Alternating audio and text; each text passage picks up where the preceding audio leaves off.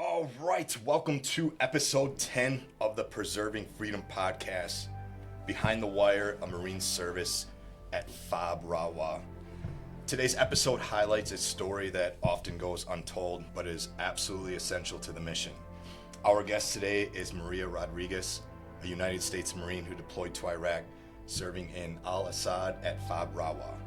While her primary role as Marine was in food service, she worked at the Post Exchange, a job that played a critical role in sustaining morale, routine, and connection in a deployed environment.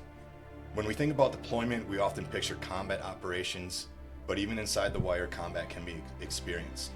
Maria's story reminds us that every role matters, every Marine matters, and service doesn't always look the way people expect, but it is no less meaningful. So sit back and listen as we talk with Maria about deployment life, resilience, and what it meant to serve her fellow Marines downrange. Welcome, Maria. Always great seeing you. Very good to see you again. Thank you for being on the show and sharing your story with us. If you don't mind, what were you doing before military service? Sure. It's great to be here, so thanks, Jason. Thank you. So before military service, I was born and raised in Manitowoc, Wisconsin. I was just a teenager that liked to be with my girlfriends. I worked from a very young age. At 14, I started working and didn't stop up until 2 weeks before I went to boot camp. I was someone that always had goals, but also needed a little bit of direction in life. I was very impulsive teenager, and I was someone that always wanted to do a job, though, that served others. I always had that in me. Yeah. So What were some of the jobs that you had when you started at 14? What was your first job? Sure. I actually had the same job from Through 14 all the way till 2 weeks before I left to boot camp. And that was, I worked at a car wash. It was a full service car wash. So cleaned inside and out, and I made a really good group of girlfriends there. At that age, my girlfriends were everything to me. So I think I stayed there more for the people that I worked with rather than the job and the pay. But yeah, I loved working there, and it just gave me, I paid for a lot of my things at that age anyways, so it just worked out. Oh, very good. Yeah. Free car washes for you? A free car wash every week, so that was nice. I'd usually give it to a friend because I didn't have a car. not till I was 17 anyways. But yeah, free car washes. My boss was awesome, and I just loved the environment, and it was an active job, so I really enjoyed working there. Good for you. Yeah. Good for you. So shout out to the boss. What was the car wash called? It was PDQ car wash. Okay. Yep. All right. Obviously, they're still doing well. They're still around. So, Yeah. But shout out to, you mentioned Manitowoc? Manitowoc, All yeah, right. born Well, and shout raised. out to the boss that was working at PDQ Yeah, at Craig that time. Hayes. So, outstanding. Good to hear. Good to hear. What led you to raise your right hand? Sure.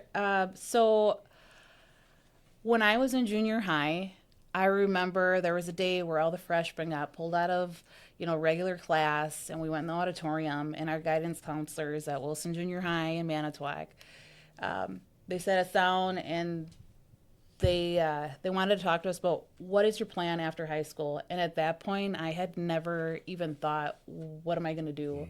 So I was really grateful for that. Looking back at that, it was Mr. Zupak and Grace Todd Hunter.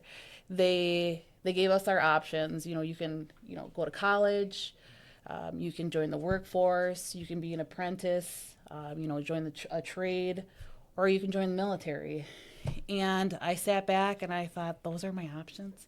And I knew I hated school, not book smart, did not want to go to college.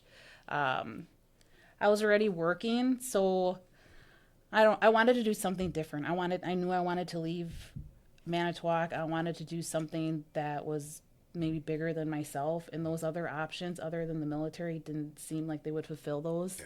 So I knew then, I'm like, okay, I'm going to join the Army. I'll worry about it, when I'm a senior in high school, but that's the plan. I'm going to join the Army. So I knew I was going to do it then. The only thing I knew about the military is what I saw in movies also. So, Did you have a movie that kind of that you went to right away that you thought about when thinking about the military? So my first thought, you're gonna probably laugh, but in the Army now with Pauly Shore. So that was one of my first thoughts. And then, Full Metal Jacket, and Major Payne. Oh, man. Yes. All the classics, right? But that was really all I knew about the military. I hadn't had family that was in the military or anything like that, but I knew it was something that I knew I wanted to do that. I knew I wanted to serve. I knew I wanted to do something bigger than myself. So that was my plan, and moving forward from freshman year. So freshman year, did you have any kind of second guesses leading up to the ability to enlist? Were you like, I don't know if I really do want to do this, or were you pretty set and gung ho on doing that? No, I was set. Set. I knew, because I knew those other options. I didn't want to do them. Yeah. And when I make a decision, I'm going to do it, and I'm going to move forward with it. What I should have did is maybe did homework from them, but I was young and I just didn't think that about future planning. I was just like, I know I'm going to join the Army, and I'll figure it out from then. Maybe I'll make it a career. Maybe I'll just do 4 years, 6 years, and then that'll be it. But that was the plan. Yeah. Yeah. Good for you.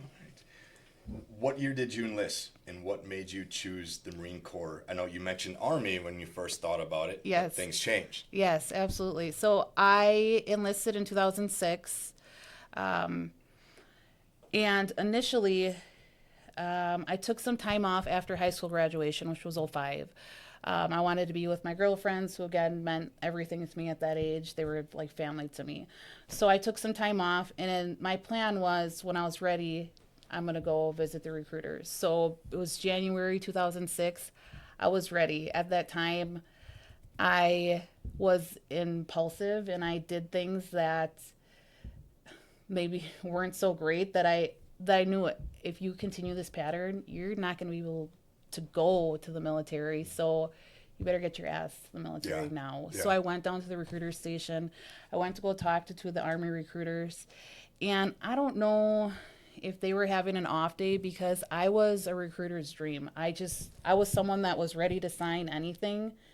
I was literally ready to sign my life away, and I didn't care. I just wanted to leave Manitowoc because I knew that's what I needed to do at that time in my life.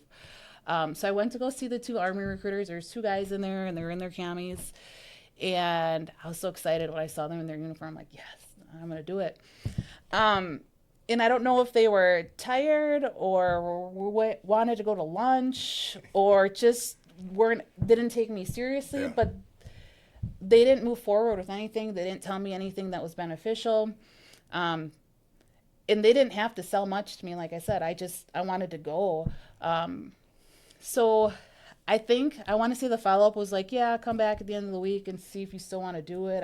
I don't remember what they exactly said, but they didn't sell it to me at all. And they, like I said, they didn't need to sell anything to me. Just give me paperwork. Yeah. Let me know what I need to do, and I'm going to do it. So then I walked over to the Marine recruiter. It was this sergeant that was probably 5'2", had a really sharp uniform on, his dress blues. And I walked in there. I said, hey, I want to leave Manitowoc. I want to join the service. I just talked to the Army recruiters, and he laughed. He's like, oh, well, you came to the right place. Come take a seat. And he gave me the whole spiel about the Marine Corps, and I didn't know anything about the Marine Corps. I really didn't. It was just whatever I saw in movies. And I was always someone that was a really resilient person, or was trying to prove things to myself, or I'm the youngest of 5 to my siblings, and he gave me the spiel, the few, the proud, and it's kind of, now looking back at it, it's kind of a psychological thing. He's like, do you have what it takes? And just gave them, like, well, yeah, I have what it takes. What are you questioning for? and I knew that I did. And then just hearing that, the women are the minority, in the military in general, but in the Marine Corps, there's so few females. I really wanted to do it. And I was already sold, and any recruiter could have got me to sign that day. Yeah. But I was really sold on it. And he looked, just his uniform and the way he carried himself, instantly I was attracted to that. And I wanted that for myself. so then he told me, I need to take the ASVAB, and we went from there, and I started signing paperwork that day. I didn't even know that I could select a military job. I had no idea. Yeah. Right? I was 18 and I had no clue. So I joined on an open contract, and I was just like, just sign me up. I don't care what job I do. I just want to be a Marine. Let me know what I need to do. That's why I ended up selecting the Marine Corps, was kind of just to prove it to myself. And I needed to do that at that point in my life. I needed to get away from Manitowoc and from just decisions I was making at that time as a young 18-year-old who didn't have parental supervision and just did whatever I wanted. I needed to better myself, and so that's why I ended up choosing the Marine Corps. It was almost the Army. The Army missed out. Man, what Army? What? I'm Army, so man, what were you doing? Because it's, in the recruiter world, that's a unicorn that comes in. Mm-hmm. Nothing negative. Like, you're ready to go, and I mean, you sit down, like, as the recruiter, like, you're getting everything done. Right. So, I'm not perfect, but man, it was meant to be. It was meant to be. So, for listeners who may not know, can you briefly explain your MOS, your military occupational specialty in food service, and what your typical responsibilities stateside were? Sure. So I was a food service specialist, so we get sent to Fort Lee in Virginia, and we go through culinary arts school. We go through food safety and sanitation. But as a cook, in the military, in the Marine Corps, from what I've seen, a lot of it is assigned to Marine labored contractors, so MLC. So they're civilian workers that come in, and a lot of them actually cook at depending on what duty station you're at. But for the Marines that work there, if you're a junior Marine, you're going to be you're usually cooking or you're cleaning. You're ensuring that that the areas are being cleaned, that sanitation and food safety protocols are being followed. You're doing that. There's supervisors or higher ranking Marines that are on shift are overseeing those things, so they're usually just standing around. And a great deal of it is often feeding troops that are in the field. Maybe they're doing a field operation or training, so going out there at 02 in the morning, making sure that there's hot chow out there for military for the mission. Food service isn't a glorified position, but I really think that it is beneficial for any mission, because having hot chow, it's a world of difference. It is a world over having an MRE. It might not be 4-star food, but it's hot food when you're out there. It's a world of difference, and it's just for the morale, right? So it's really just prepping food. Also ordering food or ensuring that we have enough food on hand. I did that. I was stationed in Okinawa, and as a young PFC, so I was a private first class. My first duty station was Okinawa. The first job they gave me was cooking on a grill that was probably as big as this table, and I would cook omelets for everybody at Marine Corps Air Station Fatima, and I was just cooking nonstop for the breakfast.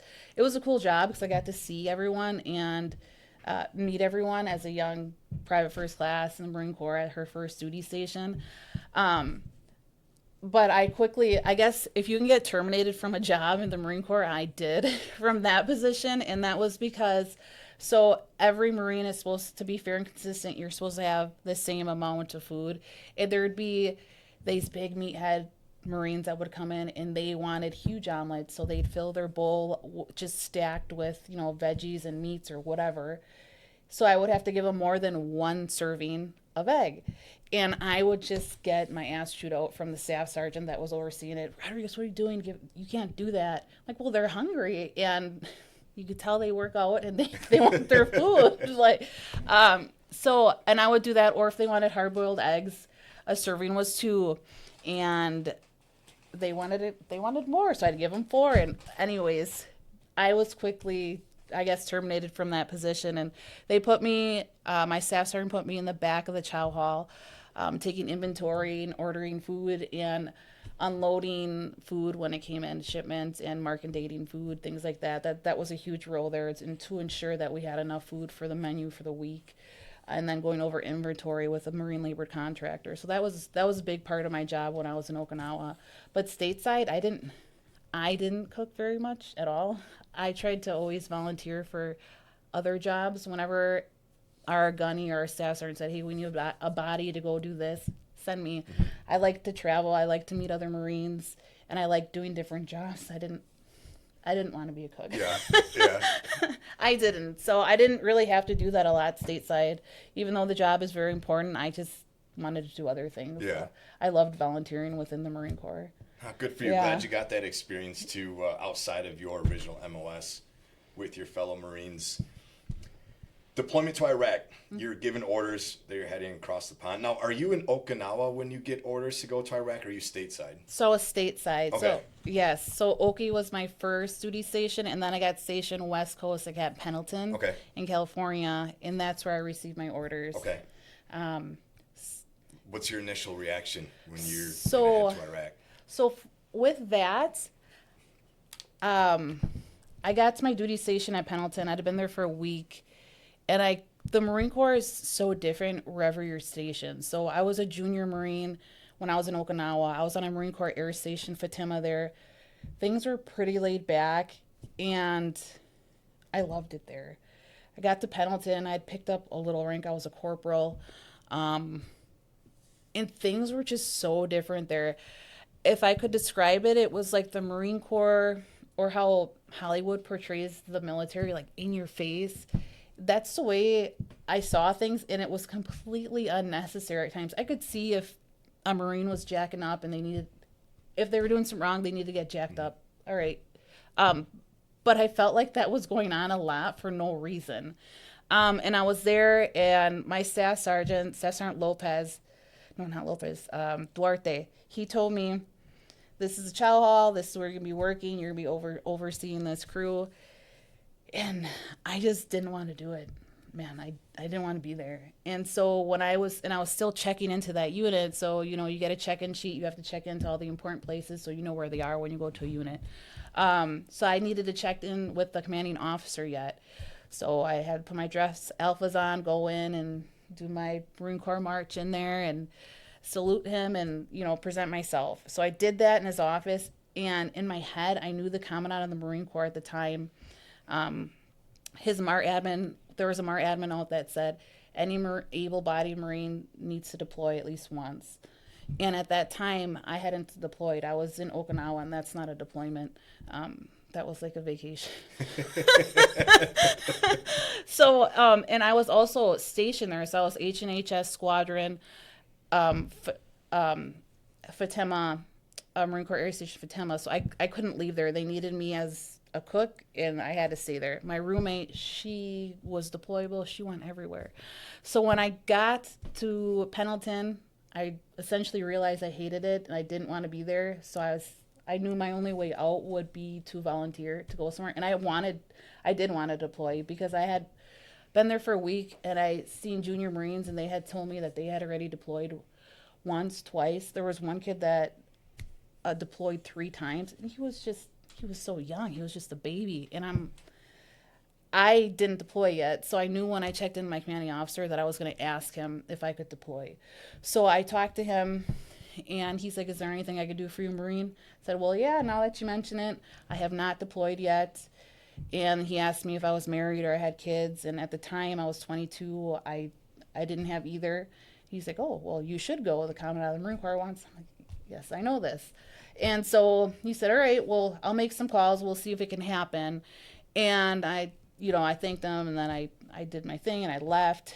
And then I didn't think it was going to happen, but then Staff Sergeant Duarte, who was taking me around, checking me into places, because I didn't have a car or anything at the time, he got a call, and and he looked at me, he gave me kind of a weird look. He's like, hey, did you ask to deploy? And I was like, well, yeah. I'm like, he's like, what the fuck? Because he's taking me around like all base and like showing me everything. He got the phone. He's like, are you crazy? You just got here. So yeah, I haven't had the opportunity to go anywhere to deploy yet, and I want to. He's like, well, he's like, call your family. You're going to the sandbox. And I just couldn't believe him that captain made that happen like that. So I was thankful for that. I wanted to go. I mean, I was not scared. I wanted to go.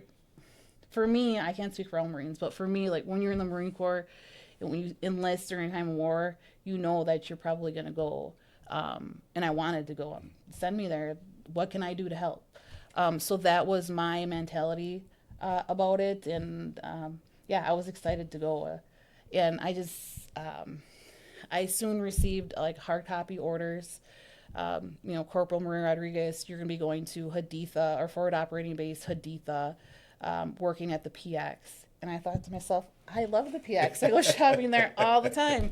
So I was happy that I wasn't going to do food service, and I was ready to go. And then there was a sergeant that had a room right next to me in the barracks, and I was on the catwalk at the barracks, and I was on the phone with one of my girlfriends and letting her know that I was going to deploy.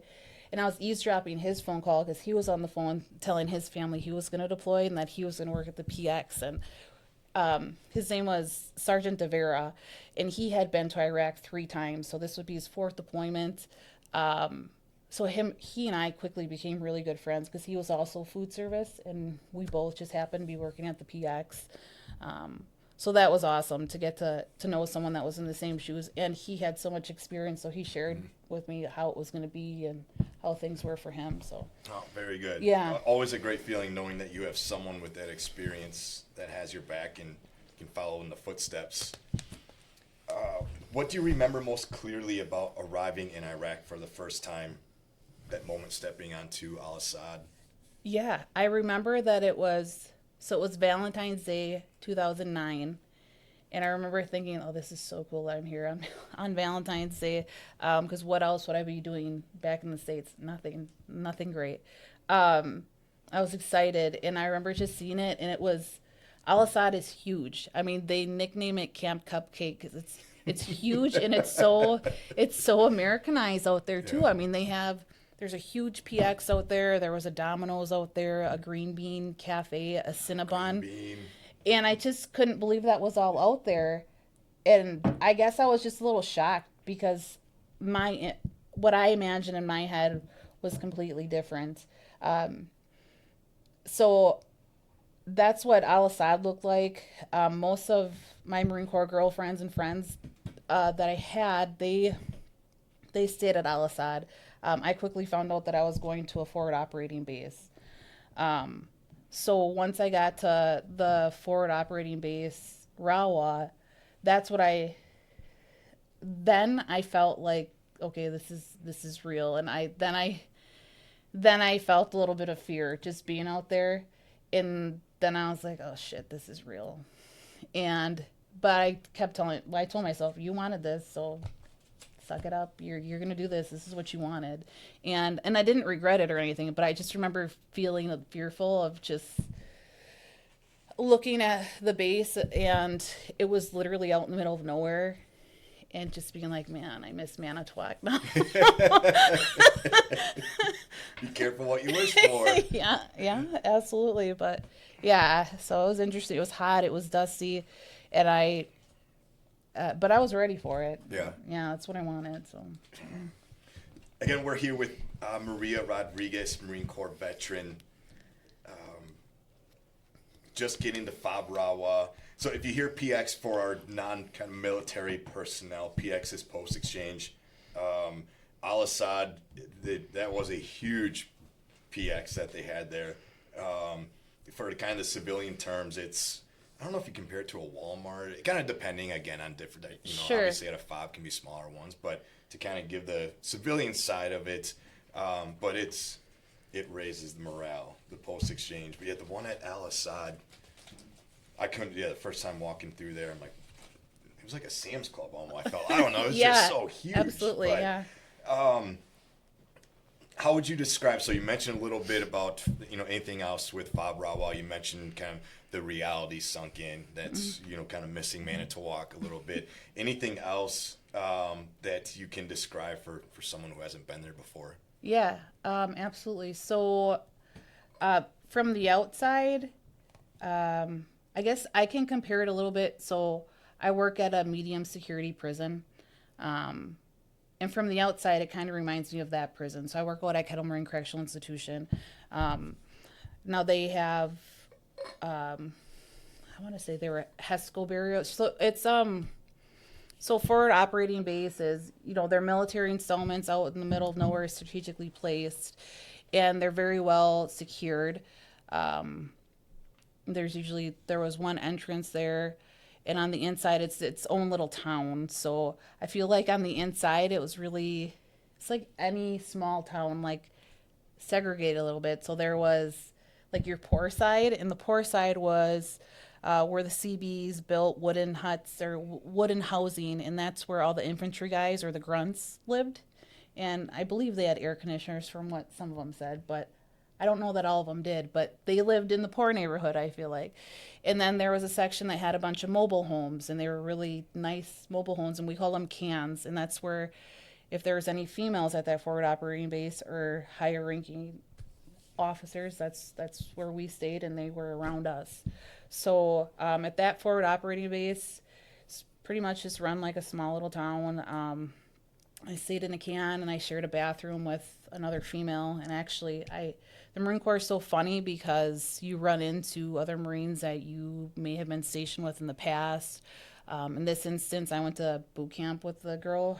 She was a sassy Puerto Rican girl named Lopez, and she was in the sister platoon to me in boot camp. So we just happened to meet in Iraq, and I shared a bathroom with her.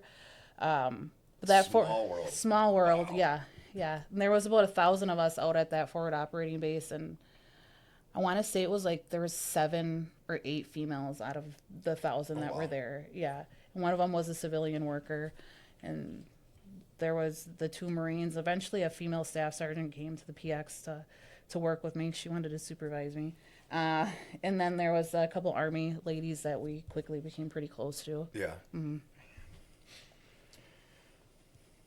What was daily life like on deployment? You're settled in at FOB Rawa. Maybe that's if you have a work schedule. I know it can Yeah. always be different, but what's it like? I want to say that I worked every day that I was out there.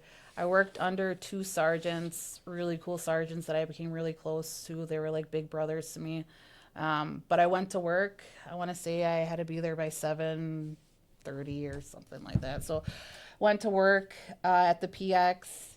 I cashiered all day. I unloaded shipments. And I bullshitted a lot with everybody that came into that PX.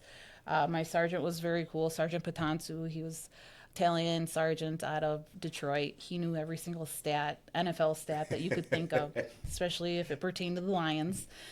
Very cool guy. He was very flexible as far as like my mental health there. He wanted to make sure that I was okay at all time. I love that guy. But he would make sure that I could leave and go to the gym because I started a gym routine there. So I made sure to do that every day. And then eventually there was a gunny that came in that used to work out or do CrossFit out there in the out out there in the heat, not in the gym, out there in the heat, and they would run up and down this mountain out there. And he eventually invited me, and he would allow me to leave work to go work out with that group of infantry guys. So I was working out with the grunts out there. It was really cool. Yeah. But just getting that routine, so the gym, work, and then there was a sergeant out there. I think his dad worked at a cigar company somewhere, but he would send boxes and boxes of cigars, so we'd have cigar night out there, going to the chow hall. And then I stayed in my can, in the evenings, and I watched a lot of movies. And I was really big into UFC back then, so I would just watch old UFC fights. Yeah. And that's what I did. That and listen to music on my Zune. Oh, yeah. Yeah. I love this because, again, for the PX it's such a morale builder, and the money that Marine service members will spend is sometimes questionable, I guess. Absolutely. Because again, depending on where you're at, where you're stationed, and the size of the post exchange, I mean, they have literally almost everything. It's crazy, but I never knew that service members were actually called to work the PX. I always thought they were contractors. Yeah. So I never knew that. When you first told me about this, I'm like, this is very interesting because, again, everyone loves the PX. Absolutely. And it's just it's new to me. Yeah, you so know? absolutely. So those two, I didn't know that either until, I was asked to work there or told to work there. So I went there, and the two sergeants that I worked for, Sergeant Putansu, Sergeant Shanefield, that was their MOS. Really? And I just couldn't believe that. Yeah, one of them did it out of 29 Palms, and I don't remember where Sergeant Shanefield did it out of. But, yeah, that was their job. I'm like, that has got to be the coolest. I never knew that was an option. Yeah, I didn't Wow. either. Yeah, very cool. What role did the PX play for Marines and service members? We kind of mentioned it with the morale and whatnot, but with the service members downrange, beyond just buying supplies and candy and Yeah. So I think you hit one of the most important ones, if not the most important one, is the morale for the guys that come in, especially out there. But also I really think that it's just feeling normal out there is like going into a store and being able to select a deodorant or just or seeing music or seeing games. A big thing I think for the guys out there was buying chew, like their favorite chew, and so that was huge for me and for my morale out there, seeing how happy guys got when they saw our shipments. And just coming in there and feeling normal. Also, I feel like a lot like you're lonely out there, so them coming in and just seeing the two sergeants that work there and me every day, and they really got to know us. So coming in there, we have the same people coming all the time. Our regular customers, just our Marines, to see us and tell us their stories. I never got to go outside the wire, except for when I left Rawa. So being able to hear all those Marine stories, and I think that they really valued coming in there. And I think part of it is them coming in and being able to talk to a female, because there's no chicks out there. yeah. They all knew. Yeah, you said 6 or what? I 1,000 almost. Yeah, I want to say it was 7. Okay. Maybe 7, and one of them was a civilian that worked that ran the gym, and she was really cool. I still talk to her to this day. Yeah. But yeah, there was no chicks out there. So them being able to come in and actually see a chick and be able to talk to her, and I was cool with everyone, and whatever I could do to help those guys, whether it be just sit there and listen to their stories. I didn't want to listen to some of them some days, but I did because I knew it would help them, I really value that in the job. But the PX is really important, and it's just, I think you hit really the main reason why, and that's just for the morale for the guys and for the few girls that are out there too. Mm-hmm. So you got to be pretty picky when picking your next fling. You got 1,000 guys. Yeah. I think that was everywhere I went in the Marine Corps. Yeah. Yeah. Absolutely. And I think it's a lot of things too that I think, correct me if I'm wrong, that, back here in the States we take for granted. You can go anywhere around the block or whatnot. Mm-hmm. But when you deploy, a lot of those privileges or freedoms are, you don't have those. Yeah. So again, the PX, you mentioned the guys in the chew or the pogey bait or what have you, just the simplest of things that when it's gone, but you have the opportunity when deployed to get that, like, it can just raise so much as far as that morale, as you mentioned as well. Absolutely. Too. So it's I wonder if you can buy stock in PX, because people spend a lot of money. They really do. Any gaming system was gone instantly. Like, as soon as a Marine saw it, they would buy it. And every once in a while, at the time, I think it was PS3s. Okay.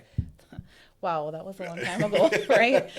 So it was PS3s or little iPads or like iPad Nanos. They were just these little things. There was CDs. People were still buying CDs back then. So it's crazy how much money that. And then obviously out there when you're deployed, you don't get change back coins. You get the little paper pogs. Yeah, the pogs. And there's so many Marines that they didn't want it. They're like, well, we don't want this shit. And they would just like fling it back. Yeah. So we literally had a jar just filled with change. And then we ended up using it to buy a grill and then a Guitar Hero. Oh, We awesome. just used it in the Guitar Hero. You're naming some of the great things. Oh, the simpler times. Yeah. You talked a little bit about it already, moments in the, with the simple interaction at the PX. Any others that turned into something, much deeper, meaningful that you recall? I remember when Marines would come in there when something actually serious happened during a convoy or a mission. Specifically, there was a sergeant. He was an African-American fella. His name was Sergeant Clark. He'd always come in there, and he'd always say hi to me, and he would start a conversation, and I would entertain it. And never had a whole lot to say, but he always came in there daily.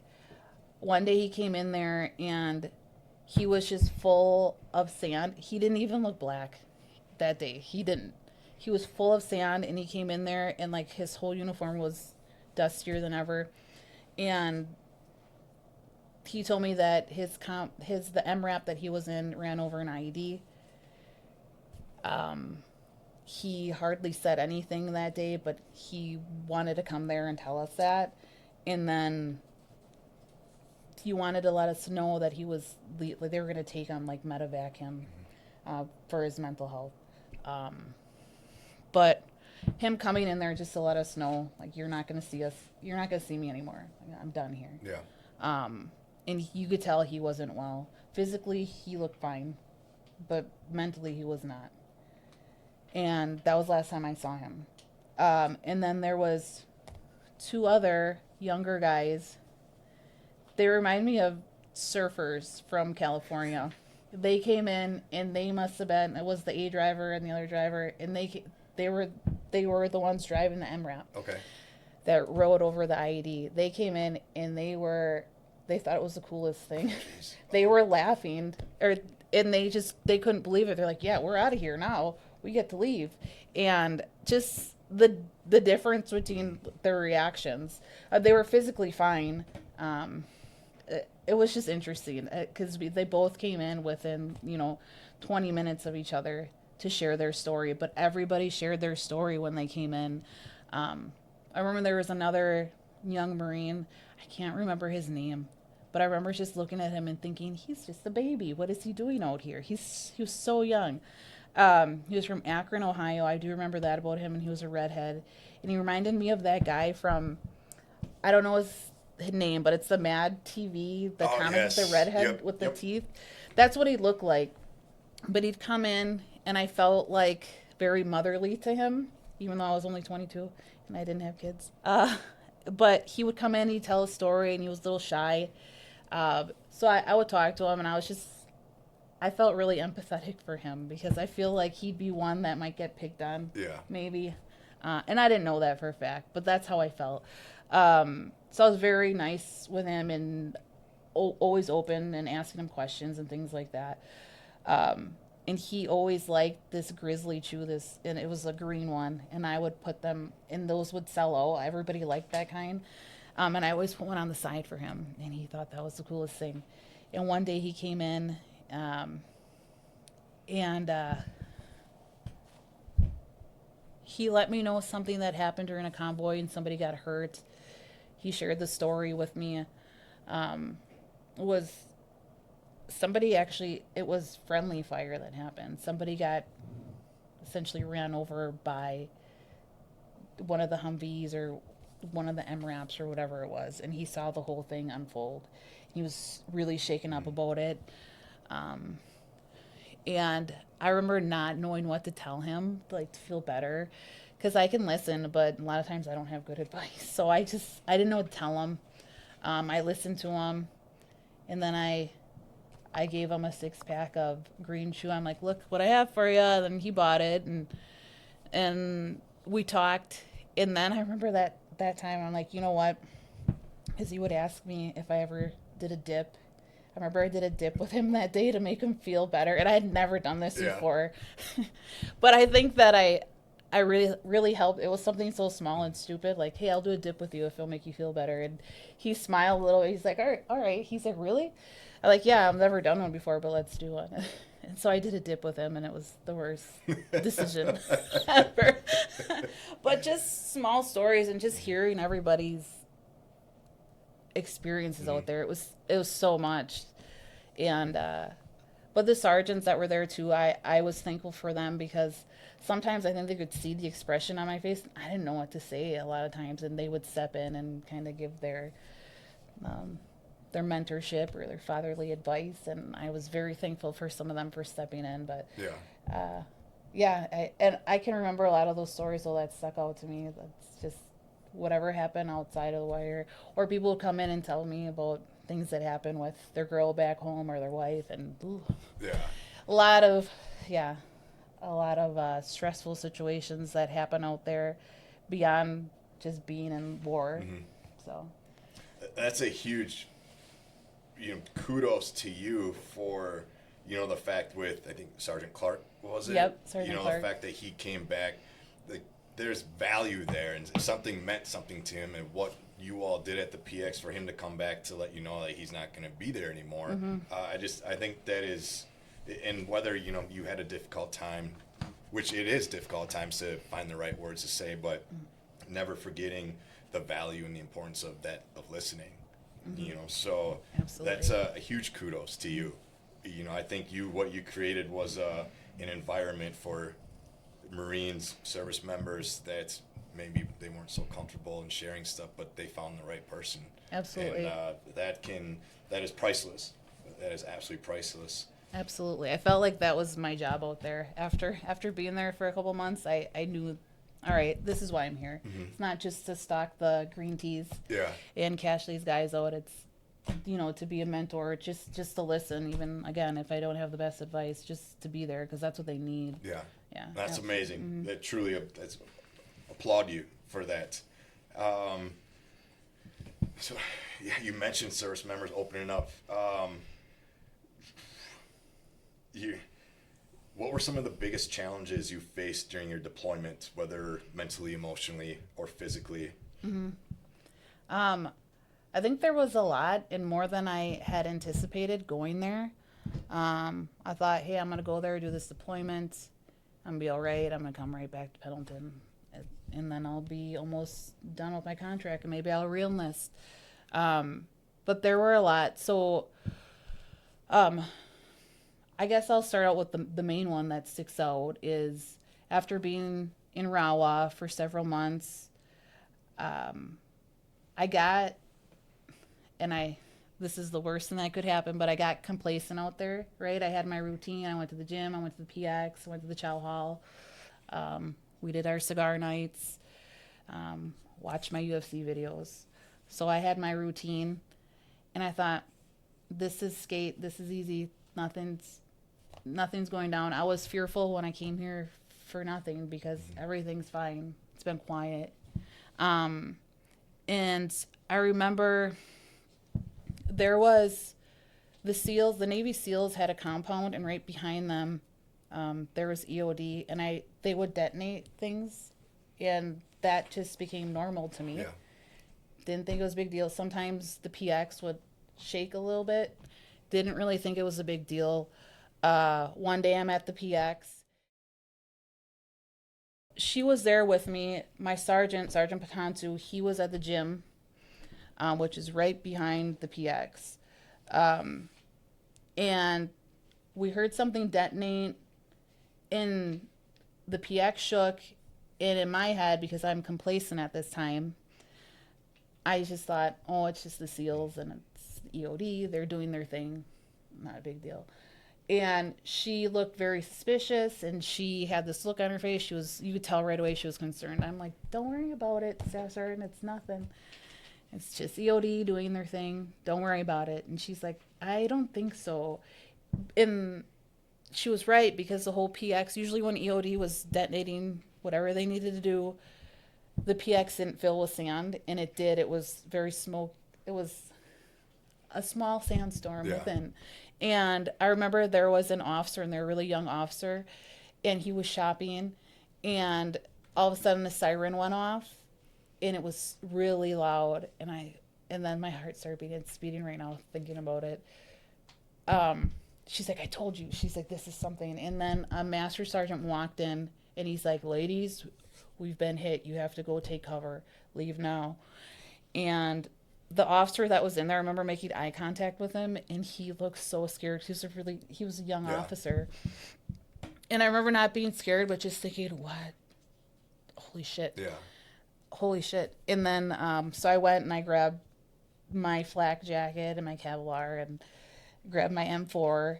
And then she's like, you go, because there was a HESCO barrier, so a concrete arch that we were all supposed to go take cover in. And that was right outside of the gym. Now, when I got outside of the PX, I looked, and there was a chow hall, and then there was a bunch of little wooden buildings. There was a post office. There was like an internet cafe. And so I saw it. I'm like, holy shit, we got mortared. We got hit right on base, like right by the chow hall. And you just saw like a huge cloud of smoke. And I couldn't believe it. And so a bunch of Marines, it was a bunch of grunts. I saw a bunch of people running. It was chaos. And I looked over at the HESCO barrier, and out of my periffs, I see Sergeant Patansu in his little green silkies coming back from the gym, and he's in the HESCO barrier. He's like, come here, telling me to come by him. But my first instinct, and I think like anyone, you want to go and help. So I just ignored my sergeant. I'm like, I'm going to go help. Something happened. And you could see people were hurt. Mm-hmm. So I went running. I completely ignored him, go running. And he was so loud, and when he got mad, he was scary. So, so he's yelling. He's like, what the fuck are you doing, Rodriguez? Get over here, just screaming. And so I just was running, like, whatever. I'm a Marine. I'm not a doctor, but I'm gonna go and try and help someone, because why would I? To me, in my head, like, if I go and hide, I'm just being a coward. I want to go and help someone. If I can do anything, I'm going to. So I'm running towards it, and then I felt someone running behind me to catch up with me, and it was my friend John Dina. He was a grunt, and then he looked at me and he's like, hey, and I said, hey. And then he's like, what are you doing, killer? And I'm like, I'm going to go help. What the fuck? I'm going to go help. And he's like, all right. And so we were running together side by side. And then his master sergeant comes in front and like just stands right in front of me. He's like, Dina, go. And sent Dina to go and help. And then he's like, Rodriguez, he's like, you gotta go take cover. And I'm like, man. I remember being just so upset, because I felt like, as a female out there, I was babied in a lot of ways, and I didn't like that. And I know it was just for the good of me, and like, it was everyone looking out for me. I get that, and I totally respect it, but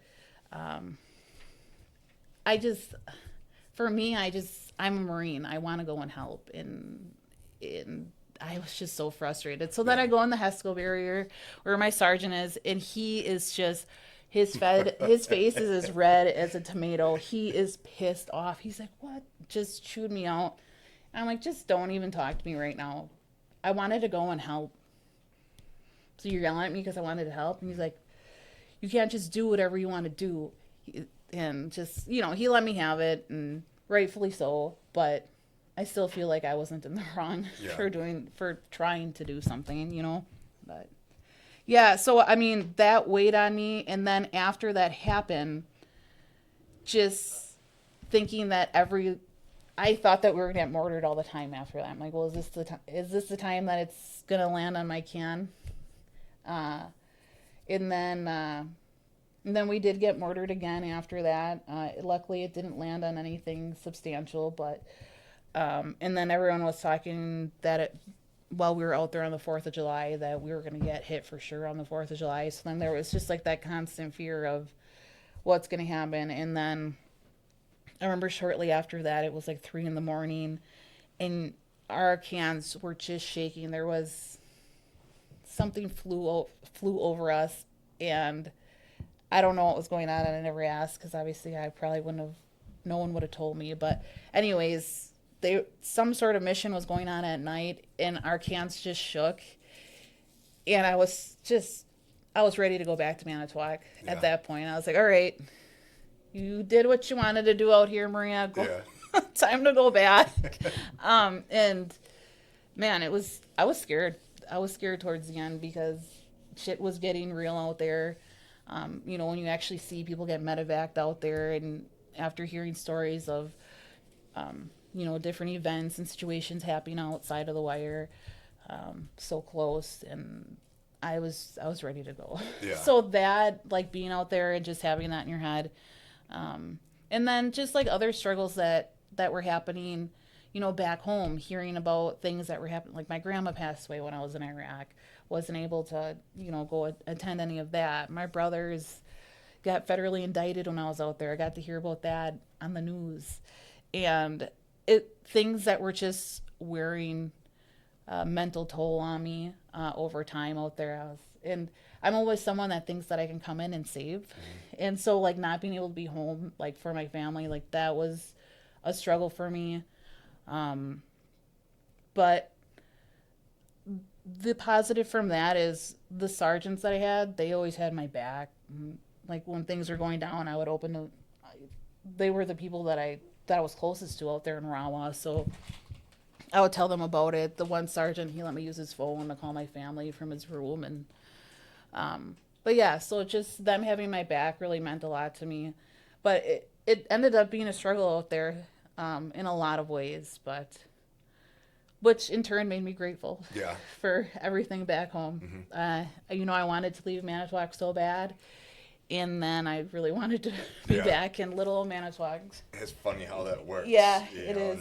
And, it's tough. When we leave, life doesn't stop. It still goes on, and unfortunately, there are service members that deal with unfortunate things that happen back home that is obviously still going to affect you when you're over there, on top mm-hmm. of being in a war zone. Absolutely. And you mentioned it too, the kind of that complacency. I think it happens to many of us, but the veterans I've had on this podcast, they when they first get there, the nerves and everything, and when you're so close to going home, how those nerves pick back up again, and you're very, very focus or visual on every little thing you do, because it's like, I'm going home, because you're so close. But it's kind of a whole different perspective and vision that you have. Well, thank you for sharing that. Again, Maria Rodriguez, Marine Corps veteran, here on the Preserving Freedom podcast. How did you cope with stress, fear, or homesickness while deployed? So how did I cope with it? I guess, again, just talking to those sergeants. And then once I opened up to them, so I'm someone that usually doesn't open up about a lot of stuff like that. I'll just suck it up and move forward, because that's what you got to do. But I would talk to mostly Sergeant Patansu about it, because he was just a little bit more empathetic than the other sergeants. So we were just really cool, and he was very genuine.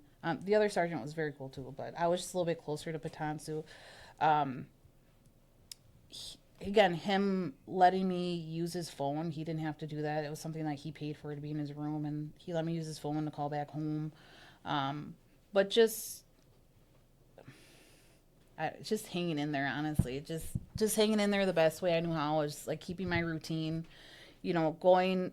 I guess that pushed me a little bit more to be in the gym and to work out with Gunny James and his crew of grunts, and that kept my mind off of things, and then just planning for what I would do when I got home. Like, looking, like, I knew that there was, in my head, I was like, okay, there's light at the end of the tunnel. You only have this much more time left. You're more than halfway through the deployment.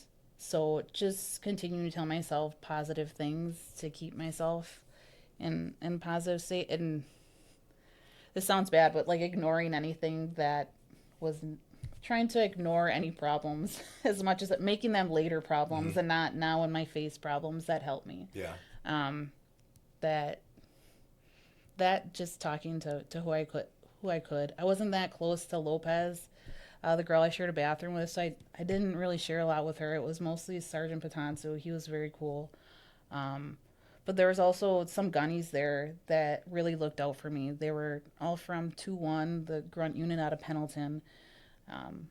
They had my back and anything, and they would tell me too. I mean, I wouldn't have to ask for anything from them. They would just be like, "Hey, if someone's out here fucking with you, especially if it's one of our guys, you better let us know." Yeah.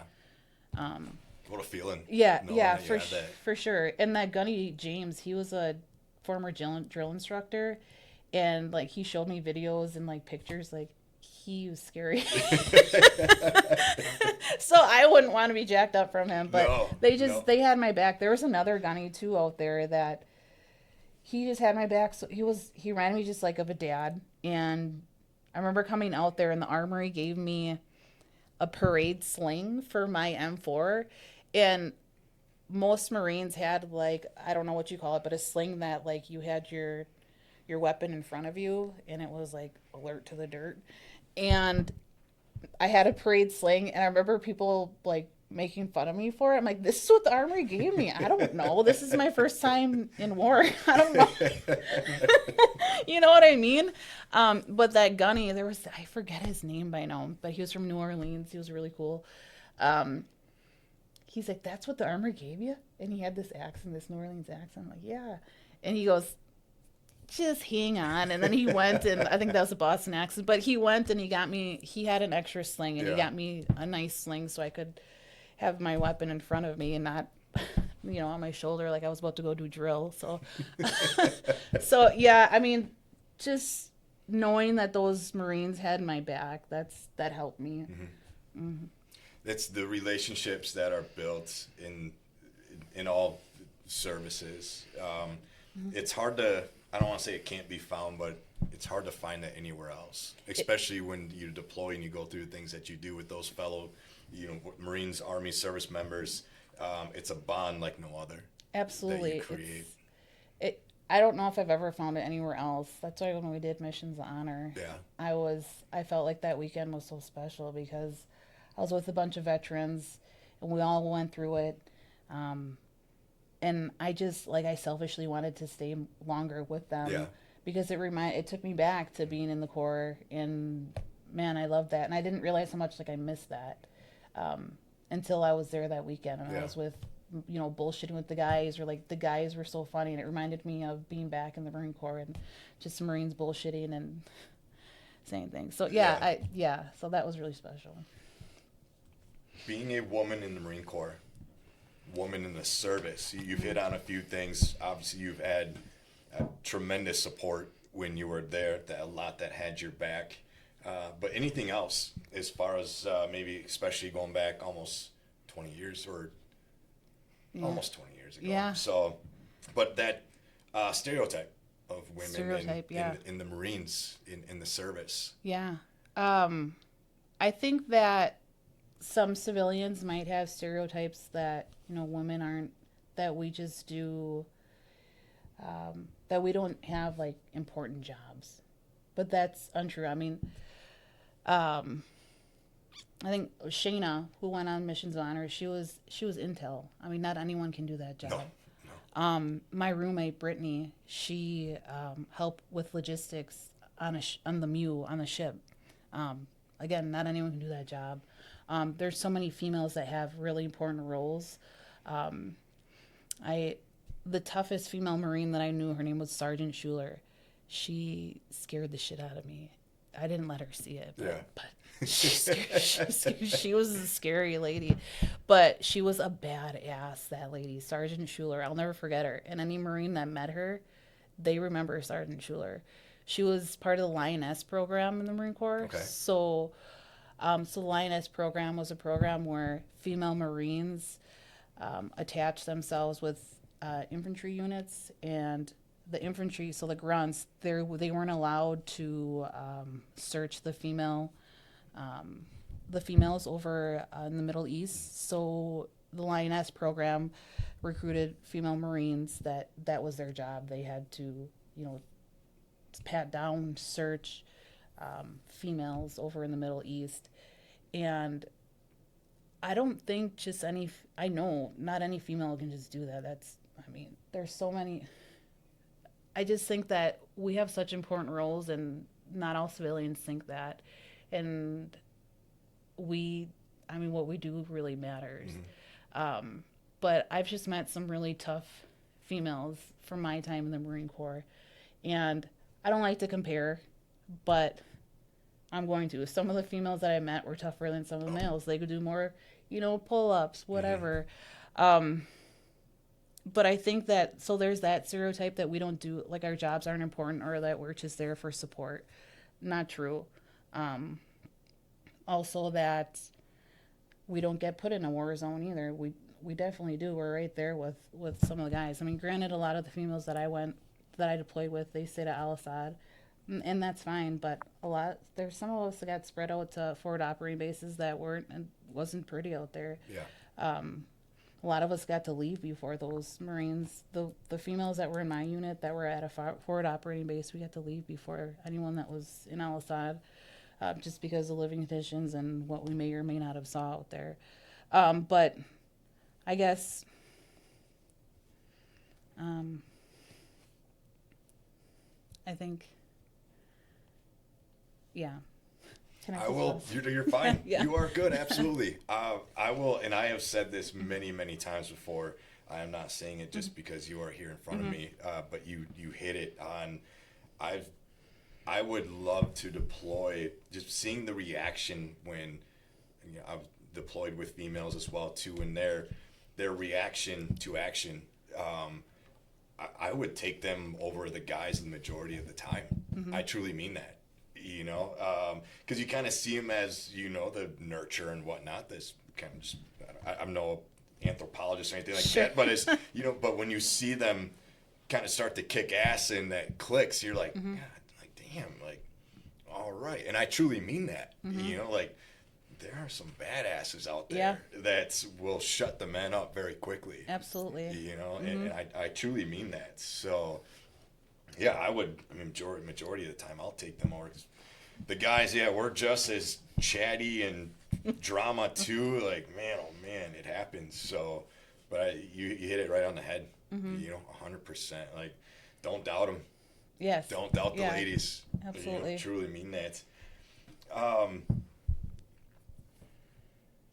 Looking back now, how did that deployment change you? Going from Manitowoc.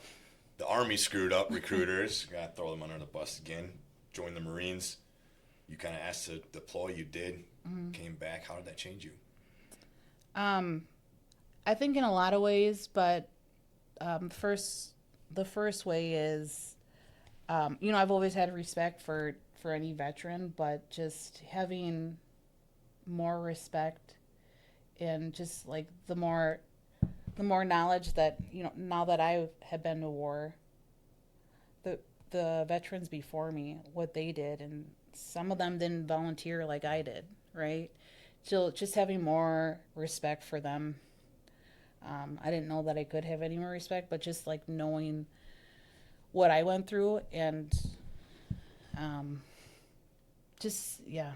think that changed me. That changed my perspective for the veterans before me. So just ensuring that when I see, a veteran with, a veteran hat on, going on my way and talking to them, because that's meaningful, I believe. And a lot of them do want to talk about it. Yeah. If they're wearing that hat, they're proud of what they did and they want to talk about it. So I make sure that I go out of my way anywhere I go. If I see a veteran, thank them for their service. And if they're willing to talk about it, I chat them up, you know.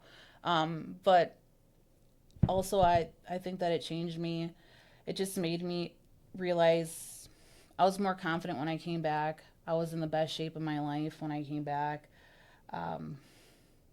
I appreciated things more, but I also felt like it changed me. Like I came back and it didn't change me for the positive overall in some ways. I came back and when I got back, I was back at that unit and it was the same thing as before and I just was over it. I think that had I not gone to Iraq, I maybe maybe I would have re-enlisted, but I came back and I just didn't like the vibe at that unit, and I was just I would rather actually let me rephrase that. I feel like when I got back to Pendleton, I didn't want to be there so much because of being corrected for small things that didn't matter. Like, to me, those things that matter. In my head, I'm like, I just got back from Iraq. You're going to correct this Marine because her hair doesn't have gel in it or her bun isn't perfect. It frustrated me so bad. And in my head, I was like, I just want to go back to Iraq. Just send me, I would rather be there than here. I was, it was a lot of, I don't know, mentally, I think when I came back, I was just over it. I was over it in a lot of ways. Yeah. But I was also grateful, though. I was grateful to be back. I was so happy to be back. The second that I got back and I turned my rifle into the armory, I got dropped off at the San Diego airport and I flew home. I just was going to go home for the weekend and be with my girlfriends and with my one brother, Alberto, and I'm really close to that brother. So I was grateful, and it made me happy to be back in Manitowoc. I realized it's not so bad back home, right? Did you go back to PDQ? I didn't initially. No, I did not initially, no. But I did eventually, actually. When I got out of the Marine Corps, I had a really hard time. I got out of the Marine Corps in 2010, and there was not good employment anywhere. So I ended up going back to PDQ because my boss, Craig, was still there. Yeah. And he's like, come on back if you can't find a job. And that's where I ended up going back until I could find something better. But so, yes, I guess to answer your question, I did.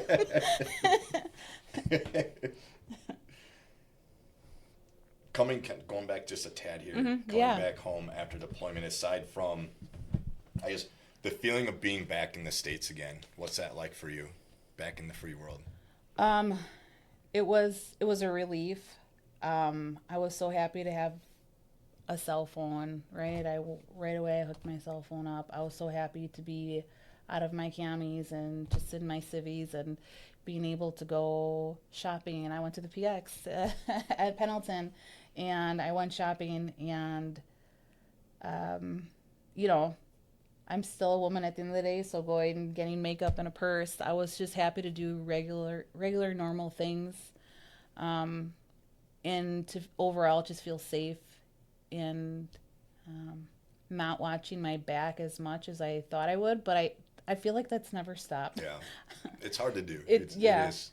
Uh, But knowing that we're not going to get attacked like we did out there. So that, in that sense, that was a huge relief. But yeah, just when I came back, I was very paranoid. I remember walking around with my Gerber knife all the time. And that was something I didn't do before I was deployed. But while I was deployed, I did. I always had my Gerber knife, obviously my M4, but I also always had that fear when I was deployed because there was no females out there. Like, do I have to worry about the guys inside of the fob too? So that was always something that was in the back of my head. So I always had my knife on me, and I think my fiance took my knife actually now, but I carried my knife for a long time, for a lot of years after coming back and being a civilian. Yeah.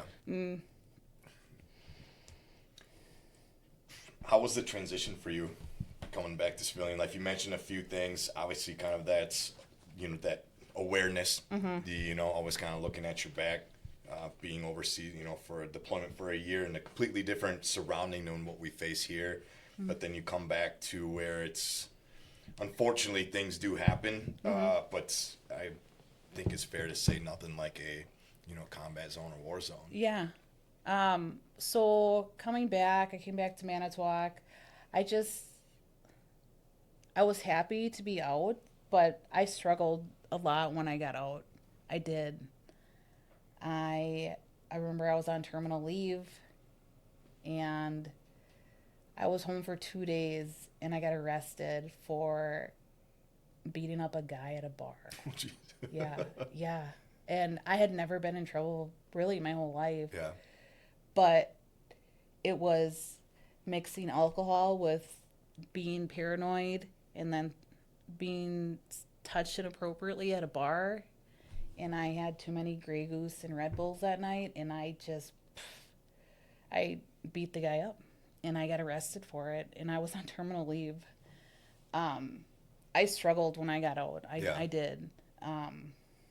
So I struggled, but I coped in how I always did, and I was just resilient with it. I pushed forward. I worked. I was like, Maria, what the fuck are you doing? You're better than this. Like, you went and you just served your country, and you're getting out, and you're getting arrested at a bar for going to fight with a guy. So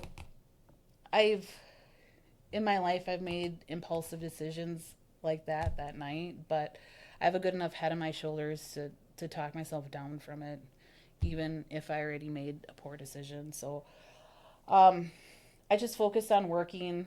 I looked into school, even though I hated school. I looked into school because I had that GI Bill, and I knew I needed to do something meaningful. So I went back to work for my old boss, and I did that. I helped my mom out. I traveled. And then before I knew it, I like saving people. And my fiance now, he was someone I knew in high school, but I saw that he was struggling. He had posted on social media, and I thought, oh, poor guy, I'm going to help him. And we've been together since. Yeah. So, and then just starting a family, and really, once I started a family, I knew I needed to really get my shit together and so I stopped drinking after I knew I was become a mom. I absolutely stopped drinking because I just felt like that's not where a mom needs to be, in a bar. So so I just focused on bettering myself and being a family woman. Yeah. That's huge for you to understand that and realize that and to actually make the change. You know, it's not always an easy thing to do at all. Yeah. So the fact that you realized that and made those changes, that's something to be very, very proud of. No, Absolutely, it is. And I think those relationships, at working at the PX and being a great listener, and now you're with this great guy, helping him out. So it's meant to be. Yeah, right? I think so. That outstanding.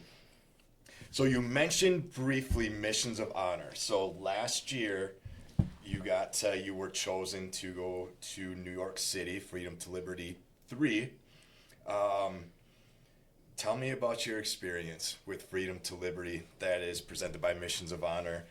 Again, quick little shout outs, all right, or Diane, our executive director, will let me hear it. But again, Missions of Honor, we started something new with our GWAT vets back in 2023. Wanted to try and right that wrong. I've said it before, I think as a country we have kind of failed many veterans in getting those memorials built in a timely manner, and unfortunately many haven't been able to see them. So we wanted to, in our own little footprint here in Northeast Wisconsin, created Freedom to Liberty, taking GWAT vets to New York City for 3.5 days. Tell me about your experience there. Yeah, well, I can't say enough good things about the Missions of Honor retreats. It popped up in a veterans page on Facebook, the Manitowoc Veterans page. And I saw it and I said, Global War on Terrorism. And I had never heard of that before. And I thought, I didn't even know there was anything for us out there. So I applied, and then I got the call.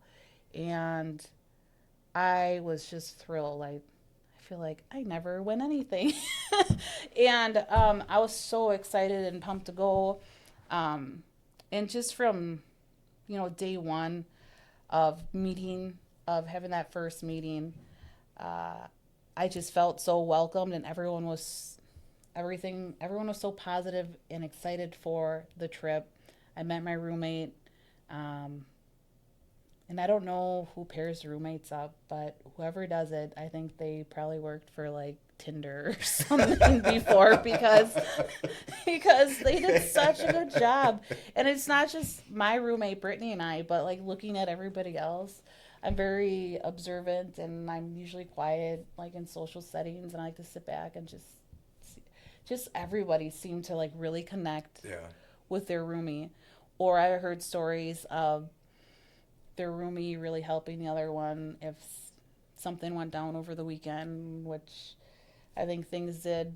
And just the roomie really being there for the other roomie. But props to you guys for that, for the selection itself. But I mean, just from day one, like really treating us that, reminding us that, hey, you guys are heroes and what you did mattered. Because for me, I didn't think that at all. I really didn't. In Missions of Honor Retreat, really reminded me and emphasized, yeah, you are, and what you did mattered. Because in my head, I'm like, I just joined the Marine Corps because I knew I needed it. I needed the Marine Corps like the Marine Corps needed a body. I went to war because I wanted to. I requested to go there. And so for me, in a lot of ways, I felt like you just did it for yourself because that's what you wanted to do. That was your plan. But I think Missions of Honor really reminded me, like, what you did mattered. I think a lot of us forget why we went there. Like, what was the point of going over there? And Missions of Honor reminded us because once we got to New York, we met everyone that was there on September 11th, and they were with us all weekend, and they shared their story. It really hit home that me going over there to, Al-Asad, to Rawa, that it was for a reason, and it was for good reason. And it was a feeling and an acknowledgement that I never knew that I wanted, but I felt or needed, but I felt like I did need it. And then this Missions of Honor retreat really did that for me. That and just like talking with the other female Marines was really cool. I mean, the veterans, sorry. The other female veterans. I loved that. I loved to hear their story, where they served, what they did, what it was like for them. So that was really great. Everything that you guys planned for us there. You guys really rolled out the red carpet for us. I selfishly didn't want to leave because it was such like a positive weekend, and I felt like I hadn't had that in a long time in my life. Not that my life is great, it is. Yeah. But I haven't had a positivity like that in a long time. I couldn't remember the last time. So that retreat was so meaningful for that feeling. And like still to this day, I mean, we still talk. I talk to a lot of the veterans, still planning on getting together with my roommate. We have dinner dates that we're planning, things like that. Everything about it though was meaningful. I for a long time, to me, I can compare it to. Do you ever go to a concert and then you just have like this? You go to a concert, and then days after the concert, you're just like in this euphoria. That's how I felt about going on this retreat. Like, and it wasn't for days though; it was for weeks after. I just felt so lucky to have been selected for it, and so I'll forever champion for it. I've already reached out to a lot of my male Marine Corps friends that are from Wisconsin, and told them to apply. I think that any veteran will get something out of it, and I still continue to this day with the friendships that I've made. So just forever grateful for that. Yeah. And the Gold Squad, I mean. Gold Squad, shout out yeah. to Gold Squad. Yeah, it was such an amazing group this last year. It is every year. It's truly unbelievable. But Gold Squad, I love our little WhatsApp group every now and then that we'll hit up, and it's just, man, that group everyone just gelled, I felt, Yeah, and it really it's did. just, it's truly amazing, and it's something you just don't take for granted. Anyone that kind of maybe had similar feelings to you that are, seeing that it is the application, it's it takes a little bit of effort to put, stuff into words and explain it. If there's anyone that you could give any words of wisdom about, if they're sitting there like, oh, I don't know if I deserve it, what would you tell them? So if you're him and Han, if you should fill out an application, that's what I did initially, and I'm glad that I pushed through that because you won't regret it. You're gonna get something out of it. Um, I know that a few of the Marine males that I reach out to, I can just when I message them, I already could tell they're probably like, I'm not doing this. We'll leave it for a different veteran. But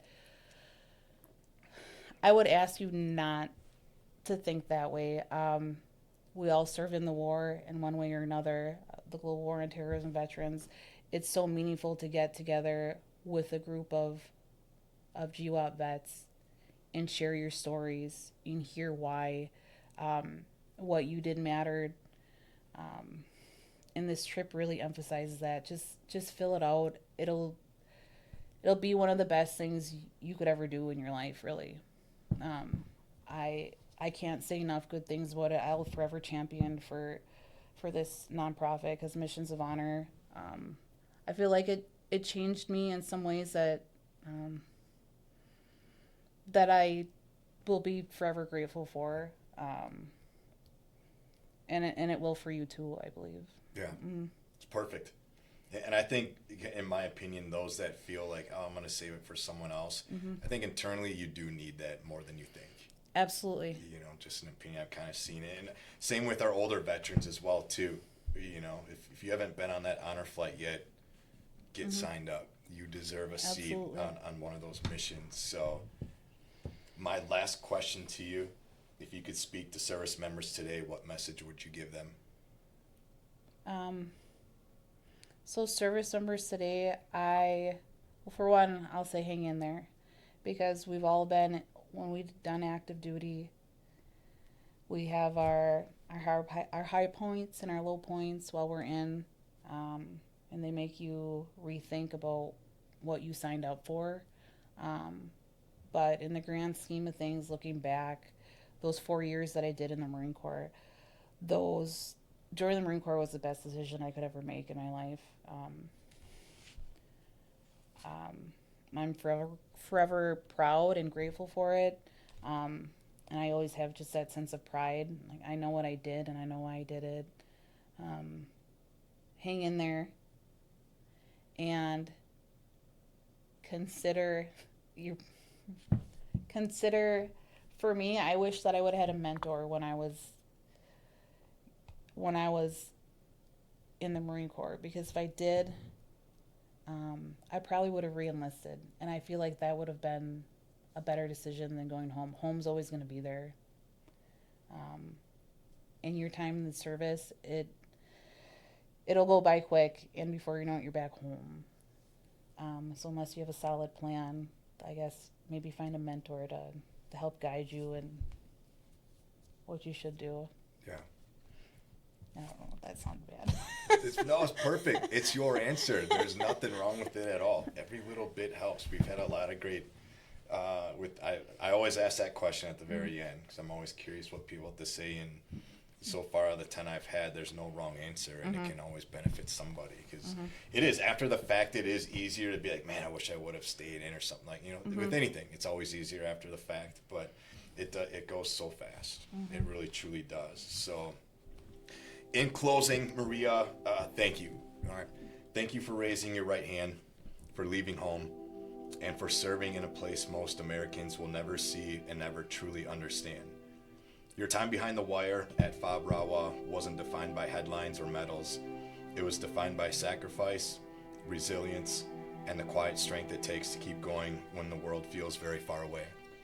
You served in the heat, the dust, the uncertainty, and the long days that blended together, doing the job that had to be done so the mission could move forward and so others could make it back home. That kind of service doesn't always get recognized, but it is no less honorable and it is no less heroic. To those listening, remember that freedom has a cost, and that cost is carried by people like Maria, by Marines who stood watch behind the wire, far from comfort, carrying the weight of responsibility on their shoulders. Every veteran you meet carries a story like this. Some are spoken, many are not. All deserve our respect. This episode is more than a conversation, it's a reminder. It is a reminder that the freedoms we enjoy were and still are protected in places by people willing to sacrifice comfort, safety, and time with the ones they love. This has been Behind the Wire, a Marine service at FOB Rawa with Marine Corps veteran Maria Rodriguez. I'm Jason Foster, your host for the Preserving Freedom podcast, and I remind you, freedom isn't just something we celebrate, it's something we preserve every single day. Keep honoring, keep believing, and keep standing proud. Because as I always say, damn, it's a great day to be an American. Thank you, Maria. Thank you, Jason. All right, we are back quick. Maria reminded me of something very important that I think we both learned from the Freedom to Liberty retreat about individual service members that pass, and the importance of always a way to remember them is saying their name out loud. We were told by our president, Chris Burkers, a Navy veteran, that when an individual passes, they pass twice. And correct me if I'm wrong on this. He said once when they take their last breath, and the final time when their name is spoken out loud. So Maria reminded me she has a few, very important to do, a few names that she would like to say out loud to honor them and carry on their legacy. Maria, you got those names? Yes, thanks so much, Jason. So they're all Marines, and the first one was a friend of mine, Terrell Hill. So he was the brother platoon to me in boot camp, graduated Parris Island back in '06. We did Marine combat training together. We did MOS school together, and he was a reservist out of Michigan. And within 6 months of his time in the fleet, he was deployed to Iraq, and he passed away on February 7th of '07. So Terrell Hill of Michigan. My next two are both Marines from Manitowoc. There's Corporal Justin Kane. He passed away October 13th in Afghanistan. And Luke Redunz. Luke Redunz was someone that was from Manitowoc, and I didn't know him in Manitowoc. I met him while stationed in Okinawa at Camp Foster. He filed my taxes for me, and when he filed my taxes, he was like, "No kidding, you're from Manitowoc? So am I." And we became friends from there. So Luke Redunz. Did you get a good tax return back from him? That's outstanding. He served over in Afghanistan. He did 8 years in the Marine Corps, and he passed away in an automobile accident back in the States. So I just want to remember their names: Luke Redunz, Justin Kane, and Terrell Hill. Appreciate it. Thank you very much for sharing that. Yeah, absolutely. Thank you. Thank you.